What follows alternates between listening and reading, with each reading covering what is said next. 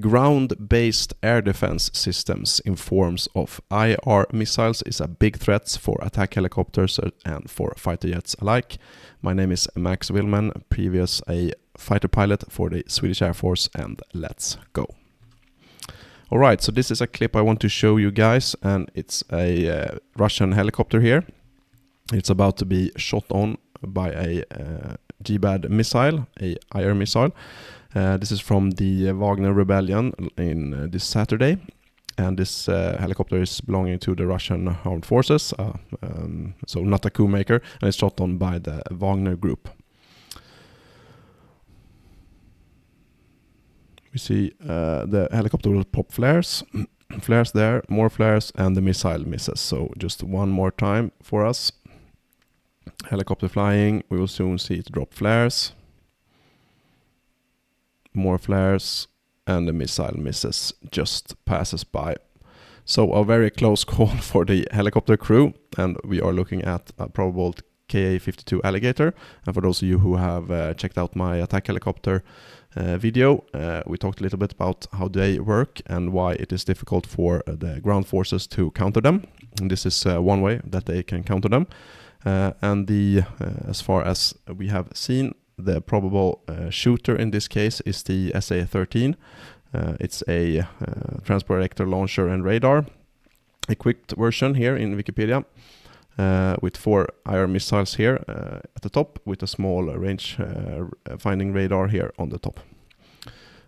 So when we talked about attack helicopters and why they are so difficult to counter for mechanized units, it's normally they are popping up very, very low level, and you need to have your own ground-based air defense systems quite at the front. So using man-pads, man-portable air defense systems, shoulder launch like Stinger missiles and so on, is not very feasible, because then you would have infantry outside of the mechanized forces that were susceptible for artillery fire and so on. So you typically want some sort of mobile system, preferably tracked, if you're following along with infantry fighting vehicles and tanks. And the SA-13 is a derivative evolution of the SA-9. So it's Stella 1, and this one is called Stella 10. And what we see here is a 4 IR missile launcher that can follow along these mechanized troops that they are protecting. And there's several kinds of missiles, of course radar launch missiles, and these are IR missiles. And with IR missiles, the difficult thing for the jet or the attack helicopter in this case is that they are typically passive. They lock onto the heat exhaust of the helicopter or the jet fighter, and then they launch and shoot them down. And because there's no active emission from the missile's part, it's just locking onto an active signal from the helicopter, from the jet, so it's just following that. You don't get any heads up as a pilot. You need to actually get a visual of the missile and then start using countermeasures or maneuvers to avoid the missile. But typically it's a very, very short time from firing to impact. Typically a couple of kilometers or a couple of miles reach from this missile, so it's a matter of seconds. So you need to react very, very quickly, and it can be very, very difficult to do so. Of course, we have seen videos where you pop flares preemptively, sort of if you're flying low level, popping up, shooting, and then popping down. You could fire flares on the way up and down, and you probably have enough flares to do that, but you can't protect yourself by popping flares all throughout the flying sortie. As with this helicopter that we're seeing in this clip, he can't be popping flares all the time because he would run out of flares. And flares are the typical defense for these kinds of missile threat, with IR missile threat. And what this is basically fireworks that you shoot. I think we have a picture here down. This is from a C-130, but it looks the same in basically everywhere. Chaffs we can go into in another video, but flares typically they get shot out and usually ignite when they come into contact with air. So you shoot them and they get away from your aircraft or helicopter. And because they are burning, actively burning, they are sending out, of course, IR, warmth and IR signals in the air. And the idea is that you want to create something that's more attractive for the missile to find than your own engine exhaust, basically. And I think that's what we're seeing in the video. Of course, you can also have a radar warner. Usually every type of fighter aircraft and fighter helicopter, attack helicopter has that system. So you see if someone is actively transmitting radar signals towards you, looking for you, or actually using radar to track you. That's quite normal.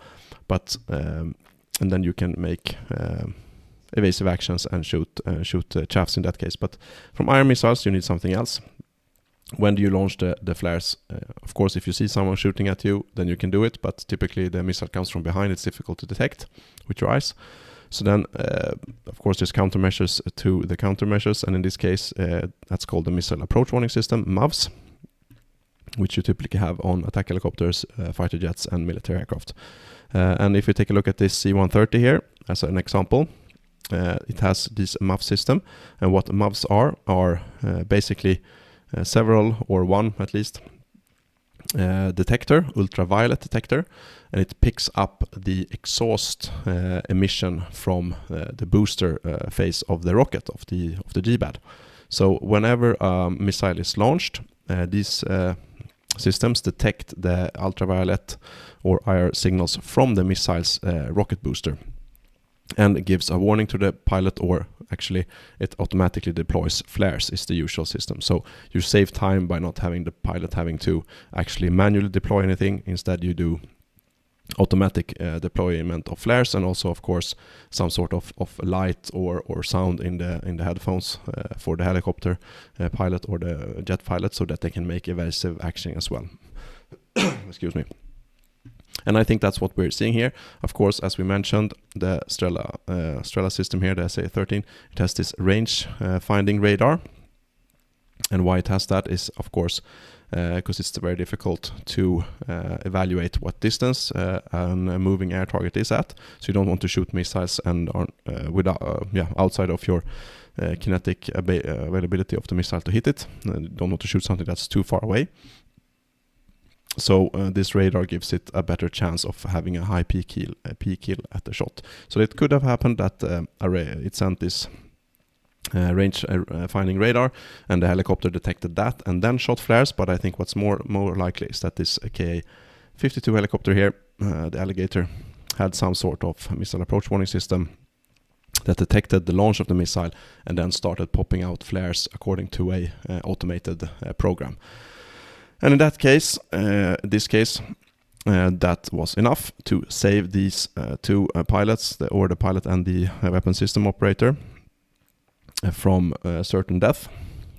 Another factor that you need to take into account here is that it's not enough to just make the missile miss. You must make it miss by a little bit more than just a couple of centimeters, because most IR missiles or ground-based air defense missiles, in that case, they have some sort of proximity system, a proximity fuse. So either it's triggered by a direct hit in the aircraft or the helicopter, or it can also be triggered by a proximity fuse.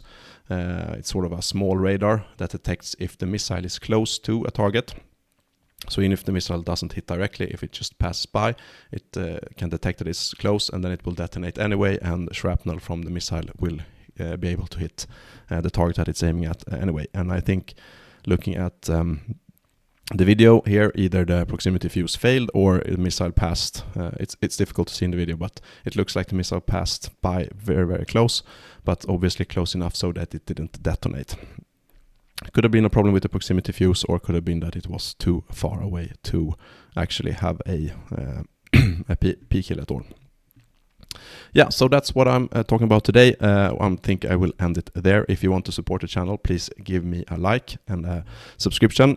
That helps a lot for the algorithm. And you have a Ko-fi page here if you want to support me by buying me a coffee. You also have a link to my newsletter if you want to subscribe to that. But that's all for now. Thank you for watching, and until next time, fly safe.